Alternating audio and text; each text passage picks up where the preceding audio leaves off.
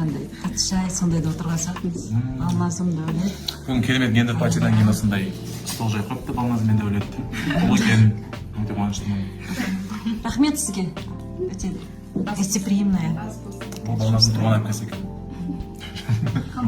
Близняшки. Вот сегодня встретились близняшки. Қалай дедің? Зита мен Гита жоғалды ғой. Иә. Сол сияқты кімді тауып алдым 6-шы детдомнан тема тауып аласың. Екеуін кестіріп аласың. 96-шы жылы. Қазір біз кешкі чайымызды ішейін деп жатырмыз. Осы кісілермен бірге. Таңғы деп. Жора, жаным, Жора, I love you деп. Мына менің сестрам тауып алдым бүгін. Оны мен алып келген Мейірбек. 6-шы балалариню тауып Дәулет алдым. пен Балназым бақытты жұптар. Ужас. Чай ішіп жатырмық. Қиын кез болды. Сол кезде мына екінші кішкентай қызын тастап кетіпті. Бүгін тауып алдық. 29 жылдан кейін. 18 деп айтшы. Баяғыдан. 18 жыл. 18 деп ма? Мариам келген кезде, кастингке, қалауыма келген кезде сразу Алияны көргендей болдым. Еркебұлан ағай сәттілік сізге. Бәрі жақсы өтсін. Рахмет. Сәлем баршаңызға, қайырлы күн, қалайсыздар? Бүгін енді сұрақ жауап қойдым. Жауап беруге тырысам.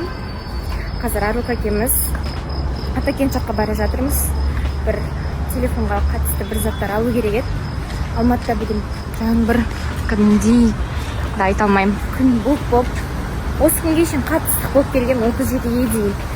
Погоданы қарасақ, бүгіннен бастап кәдімгідей салқындайды екен, оказывается. Күшті? Анықтап шығады екенбіз. Жүрміз да қазір.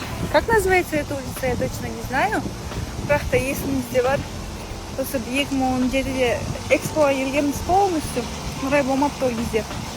И ол жерде біз балалармен жүрсек, біз былай жүреміз, бәріміз жиналып. Адам көп, бір-бірінен ажырамандар. Қалай айтады Нұрай?